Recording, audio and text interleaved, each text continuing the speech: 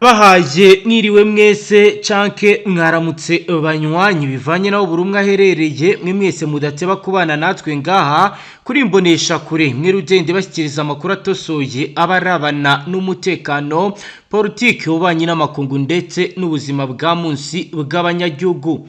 Turi kuri uyu munsi wa mbere w'indwi kwigenekerezo rya mbere Nyakanga 2025 aho tugiye kurabira hamwe biriko biraba biravugwa ko igisagara cya Uvira cyamaze gushyirwamo abasirikare mu nkengero zitandukanye bitewe n'amakuru akomeye Demiape ndetse na Service Nationale de Renseignement bakusanyije yuko izasarambwe zaba ziri gutegura ibitero bikomeye bishobora kwibasira uyu mujyi. Mu nyemerere duhamagare uri mwabiri abice atubwire byinshi ku makuru akomeye akomeje kugenda agarukaho ko biri kuba, turebe ibivugwa ndetse nuko bihagaze, atubwire uko umutekano uri gucungwa, atubwire uko ibintu bikomeje kugenda bimera aho bitangazwa ko ibiri kuba bitandukanye n'ibyigeze biba. Ubwoba ni bwinshi mu baturage, ni mu gihe kandi bitangazwa ko FDNB na FARDC nabo bakomeje gukora deployment ku rwego rwo hejuru. Mutama wiriwe neza?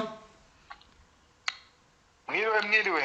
Yego, wari umaze kumpa ubutumwa umbwira uti kugeza ubu imisozi ihanamiye igisagara cya Uvira iri kugenda yoherezwamo abasirikari b'ingeri zitandukanye. Ndagira ngo uduido nido kuri biri kuba isubundi byatangiye ryari biri mu uhe mwuka?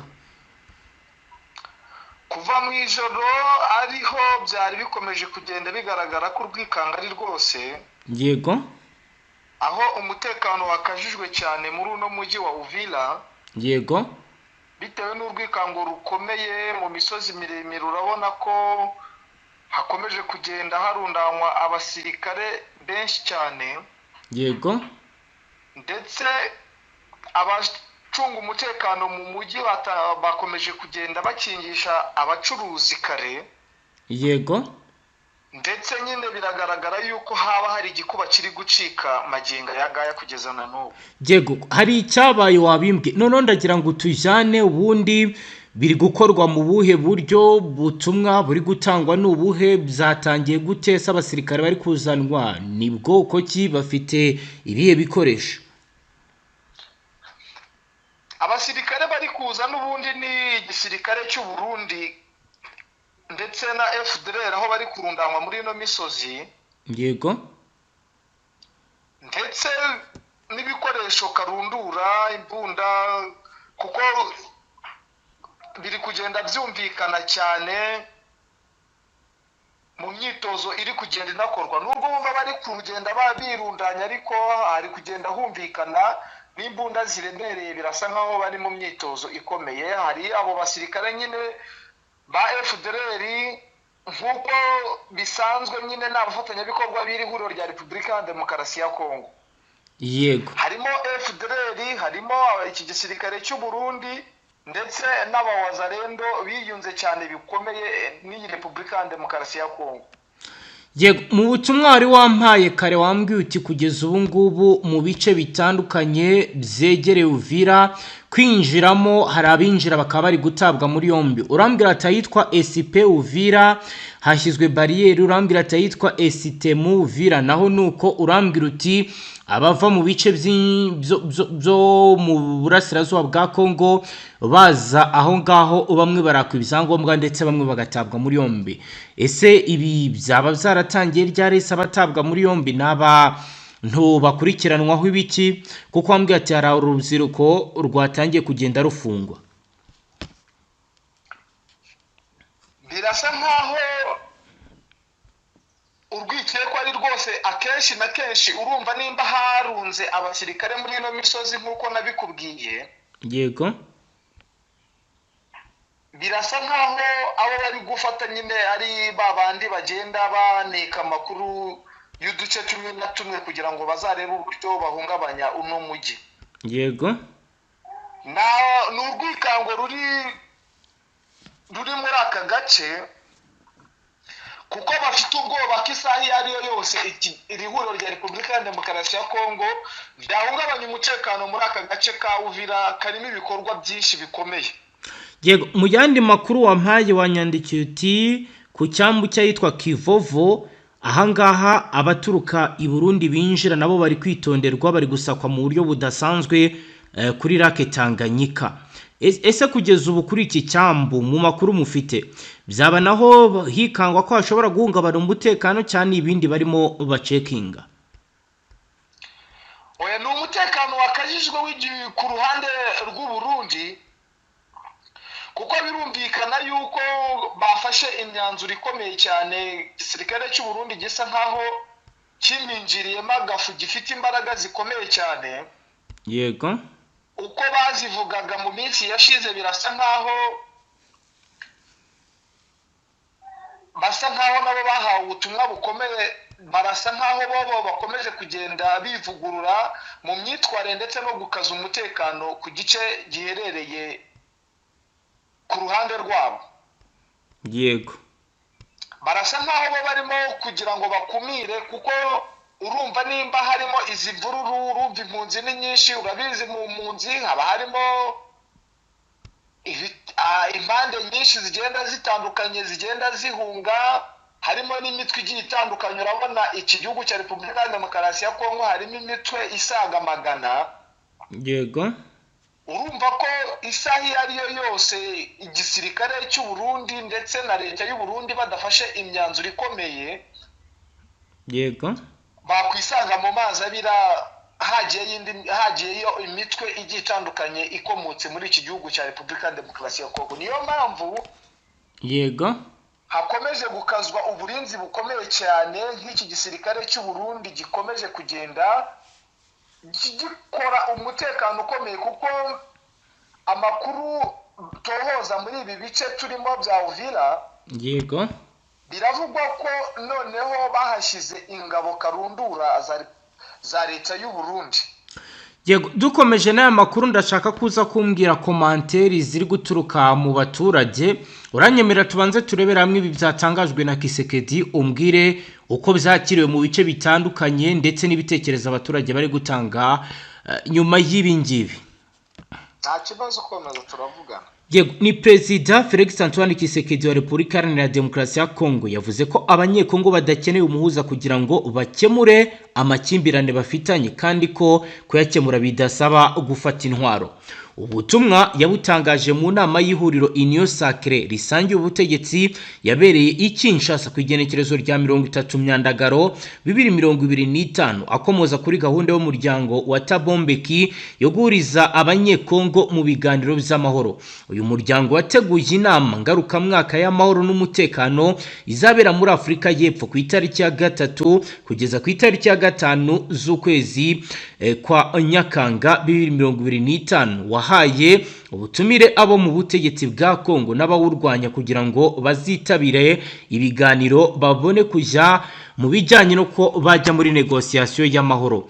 Abatumiwe barimo abo muri guverinoma ya Kongo, abo mu biro bya Perezida Kisekedi, Joseph Kabila wayoboye iki gihugu, Corneille Nangaa uyobora Alliance Fleuve Congo, Moise Katumbi, Martin Fayulu, Thomas Rubangu uyobora umutwe wa CRP ndetse n'umuvugizi wa guverinoma Patrick Muyaya. Ku itariki ya 29 z'ukwezi kwa Myandagaro yatangaje ko nta muntu wo mu nzego z'iki gihugu n'ukorera mu biro bya Perezida Kisekedi uzitabira ibiganiro, kuko amagambo Thabo Mbeki yavuze mu mezi ashize yagaragaje ko atumva neza ibibazo by'abanyekongo.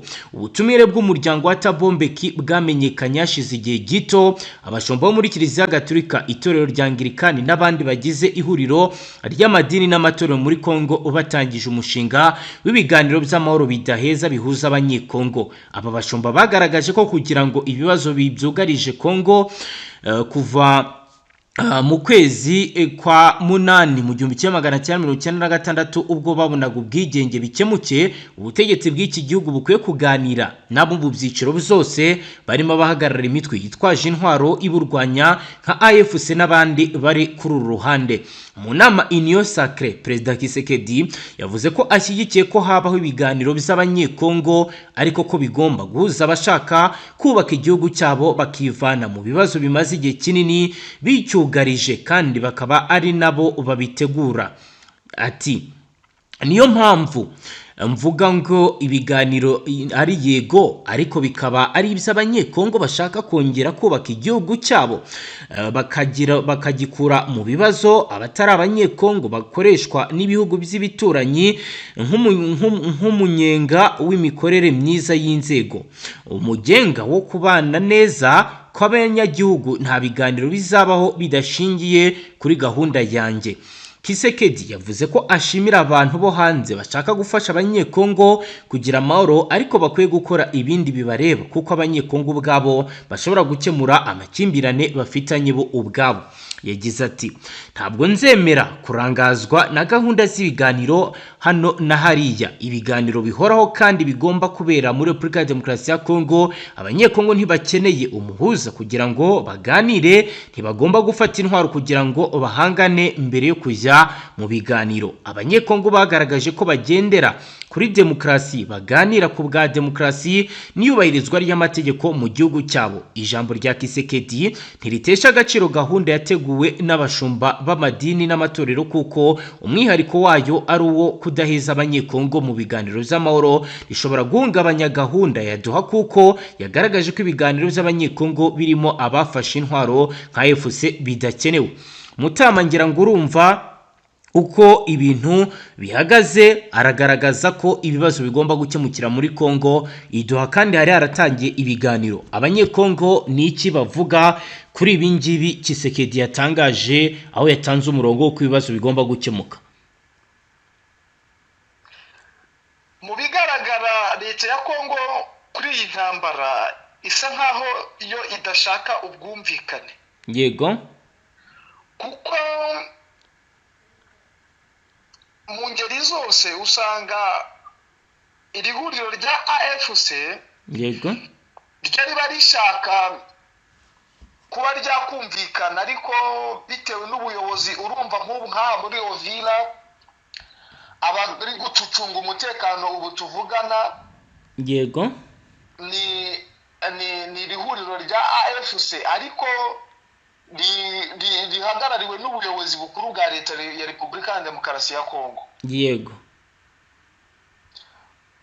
mu bigaragara bo bashaka ko bahurira hamwe kugira ngo banonosore ubwumvikane.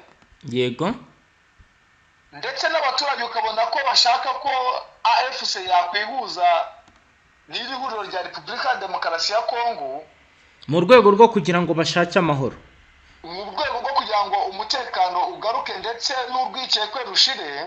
yego, ariko iri huriro rya Repubulika ya Demokarasi ya Kongo ryo ntabwo ribikozwa habe na gatoya, kuko bo barashaka kugarura amahoro biciye mu nzira yabo bwite itumvikanyweho n'iri huriro rya AFC. yego, Ibyo bikaba ari byo bikomeje gutera akaduruvayi ndetse n'umutekano muke. yego, kandi koko biranumvikana iyi Repubulika ya Demokarasi ya Kongo yagiye itanga impamvu zikomeye. Harimo abaturage bavuga ko wa mugani bidakwiye ko iri huriro rya AFC ryasa nkaho rishaka gutanga nk'itegeko cyangwa rishaka gukora ibyaryo, byaba bigaragara ko ngo byaba ari ugucika intege kw'iki gihugu cya Repubulika ya Demokarasi ya Kongo. Yego, reka dukomeze amakuru yacu n'ubundi tujye mu bice byo muri Minembwe. Wenda mbere yuko turi buze kureba umwuka uri mu bice bya Minembwe, reka tubanze tubwire abadukurikiye aya makuru y'ibyabaye ejo, duhite noneho uze utubwira update z'uyu munsi. Yego, ku munsi rero w'ejo FARDC yagabye igitero gikomeye mu Mikenke, aho rero nyuma yuko ihuriro ry'ingabo za Repubulika ya Demokarasi ya Kongo zari zimaze iminsi igaba ibitero mu duce dutandukanye tw'Imurenge tugenzurwa n'umutwe MRDP twirwaneho, ku munsi w'ejo bagabye ikindi gitero ariko biza kurangira kitamaze umwanya munini. Biravugwa ko mu gitondo cya kare ku munsi w'ejo ku cyumweru hari ku itariki ya 31 z'ukwezi kwa 8 2025 nibwo igitero FARDC yagabye mu gace kayitwa Birorombiri. Iyi Birorombiri rero ikaberereye mu gace kamwe mu tugize Mikenke, kakaba kabarizwa muri segiteri ya Intobwe muri teritwari ya Mwenga mu ntara ya Kivu y'Amajyepfo. iki akaba ari igice gisanzwe kigenzurwa n'umutwe wa MRDP twirwaneho kuva mu kwezi kwa kabiri k'uyu mwaka. Nyuma y'aho uyu mutwe wirukanye ingabo za leta zahagenzuraga. Mu gitondo rero cyo ku cyumweru nibwo ihuriro rya FARDC ryagabye ibitero bikomeye yitwa Biraro 2 ku kigaba bateye ibisasu mu ntera ya kure aho twirwaneho yari iherereye. Ibi byatumye abagabye kiriya gitero bongera kuba bakegera ndetse basatira ibice twirwaneho yari irimo. Umwe mu batanze amakuru yagize ati FARDC yagabye igitero muri Biraro 2 ariko ntabwo cyabashije gusubiza inyuma twirwaneho. Ubuhamya kandi buravuga ko kuri ubu ibisasu byinshi bikomeje kugenda byibasira ibice bituyemo abaturage. Ibiro bikaba byarabaye mu gihe kuva mu ntangiro z'indwi heze muri iki gice hakomeje kugabwa ibitero bikomeye ariko uruhande rwa twirwaneho rukagerageza kuba rwakirwanaho. Kuwa gatatu naho imirwano hagati y'impande zombi muri kiriya gice yiriwe umunsi wose aho byaje kurangira none uruhande rwa leta ruyabangiye ingata nk'uko abari mwabiriya bice babitangaje. Aha kandi hagiye hagabwa ibitero ariko bigasubizwa inyuma nk'uko amakuru ahari abivugwa. Aho bivugwa ko mu bice byibasiwe cyane harimo ahitwa Rugezi ndetse no mu nkengero zaho.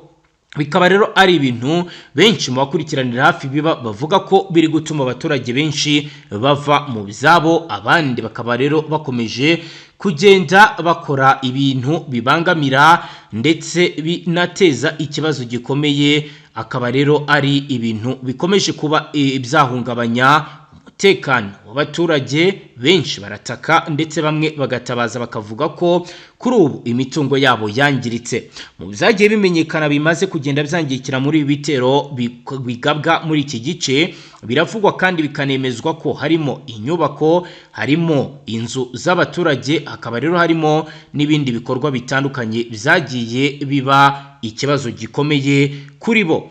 Baravuga ko rero mu gice cya Mikenke abaturage bari kugenda berekeza mu bindi bice. Aho rero bivugwa ko mu bice byitwa Rugezi, Karongi, Mukoko, Bicumbi n'ahandi abaturage bafite ubwoba bw'uko hashobora kuba hagiye kuba isibaniro ry'imirwano. Benshi rero bakavuga ko bakeneye ko amahoro yagaruka bakongera bakaryama bagasinzira. Ngayo nguko ibi ni biri kuvugwa bizabaye ku munsi w'ejo. Kuri uyu munsi wa mbere w'indwi bimeze gute? Ese umutekano wagarutse? Ese hari gukorwa iki? Magigaya urabona ko bisa nkaho byasubiye ku murongo mo gakeya, ariko abaturage bamwe bo baracyafite urwikango ku bikomeje kugenda biba, kuko muri kiriya gitero abaturage benshi barahungabanye. Hari nk'uwo bita Moise, yego, uri gutaka cyane batwaye inka, yego, ndetse hakaba ituze rikomeje kugenda ribura bitewe n'icyo kibazo simusiga, kuko abenshi bari kuvuga ko isaha iyo ari yo yose, kuko kiriya gitero cyabaye ntabwo cyari cyitezwe. Abaturage basaga nk'aho bamaze iminsi bameze neza nta rwikango, yego, ariko biragaragara yuko nyine ubwoba ari bwose. Ubwo bwoba se bwa buri gutuma ari abaturage baba bakomeje kugenda bava mu byabo bahunga cyane rwose. Benshi bakomeje kugenda bimuka mu bice bigiye bitandukanye basatira ibice by'umujyi, basa nk'abagana mu mijyi. Abari mu byaro bari kugenda basa nk'abava mu byaro. Ese iyo hari abahunga nk'abahunga nta gihe bashobora kugera mu nzira wenda bakaba n'ubundi bakamburwa n'indi mitwe nayo ikorera muri ibyo bice? Nicyo kibazo gihari. Akenshi na kenshi bakomeje kugenda bataka nyine bitewe n'uko hari, urumva iyi ntambara ibaye nka gutyo, bitewe n'imitwe ihari abenshi barasahura. Akenshi hari igihe bamwe bibwira ko ari iki gisirikare wenda cya Repubulika ya Demokarasi ya Kongo, yego, ariko aha hari imitwe myinshi cyane, myinshi, ariko ku buryo baboneyeho ndetse n'ibisambo muri rusange basa nkaho baboneyeyo habayeho imyivumbagatanyo. Ibisambo bisa nkaho bifata imyanzuro ikomeye kugira ngo bambike ibara iri huriro rya Repubulika ya Demokarasi ya Kongo. bikavugwa ko ubwo bivuze ko hari n'imitwe iprofitira mu kuba umutekano wahungabanye bagatangira kugira n'abo baturage. nuko byari bimeze nyine ubujura buhita burenga akamere. Iryo nko mu ijoro ryashize induru zari zose, yego, kandi nta ntambara iri kuba ndetse nta n'imbunda ziri gucicikana. yego Mutama, reka tugushimire dusoreze ngaha, ubwo turi buze kongera mu masaha ari imbere, aho nabwo uri buze kutujyana no mu bindi bice ukatubwira ibiraba bigezweho. murakoze cyane. Yes, banywanyi bacu mudateba namwe kubana natwe ngaha, reka dusoreze aha, tubashimire cyane, tubutse ko ngaha tubashyikiriza amakuru akomeye arabana n'umutekano, politike, ububanyi n'amakungu ndetse n'ubuzima bwa munsi bw'abanyagihugu. Hasta la vista.